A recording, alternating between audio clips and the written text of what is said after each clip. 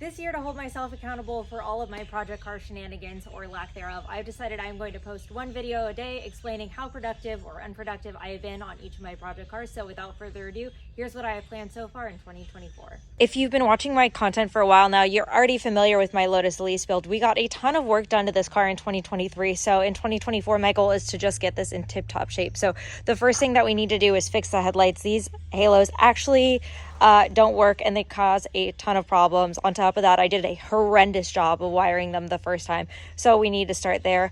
On top of that, I need to resurface these carbon lubers that I got secondhand from a friend.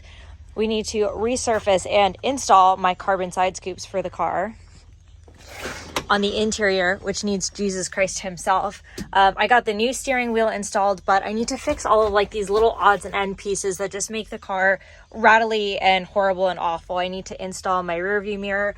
I went ahead and got one of these rear view mirrors that has a front camera and a rear camera, which will help with my very limited rear visibility, which will only get worse with the new harness bars and harnesses that I'm installing back here.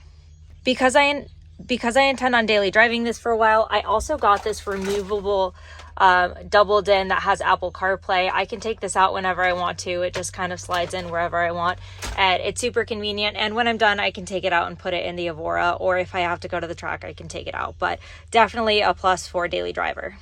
All of my current biggest issues with the car have to do with this back end. So right now, my rear taillights don't work. I think I have the electrical schematics that tell me that I need to be pulling something out of the dashboard in order to get all of this sorted. So we're going to be doing that this week so I can drive the car at night. We also need to deal with this draining issue. We tried to hollow out this little thing right here, but I need to find a new gasket. And on top of that, my VVT is not kicking in. So we need to resolve the VVT issue, and then we'll be installing a stock supercharger from the supercharged Lotus Elises that were very rarely imported into the US. Besides that, I have to repair the damage that everyone saw on the daily driven exotic videos that I did to the BMW i8. So I have a new front bumper case for the car right there. I have the new under tray coming, and then we're going to have to repaint this before Schmodified goes ahead and does the wrap that he has planned for this car.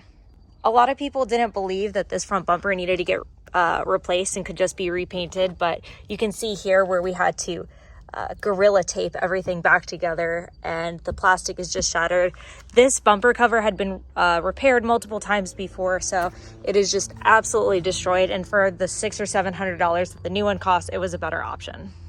I've been talking about this build for a while, but it's been really intimidating to take it on. This is my blown engine Lotus Evora. This is the Evora that went viral on all of the Lotus forums because it had the transmission that exploded, broke through the firewall,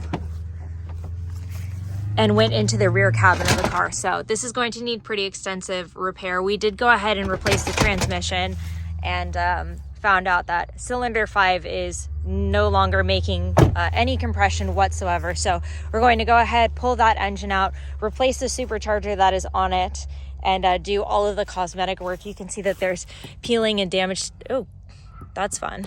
To the headlights, needs major paint repair. It needs a ton of odds and ends things, but I'm super excited to get this back on the road because this was my dream car after I bought the Lotus Elise.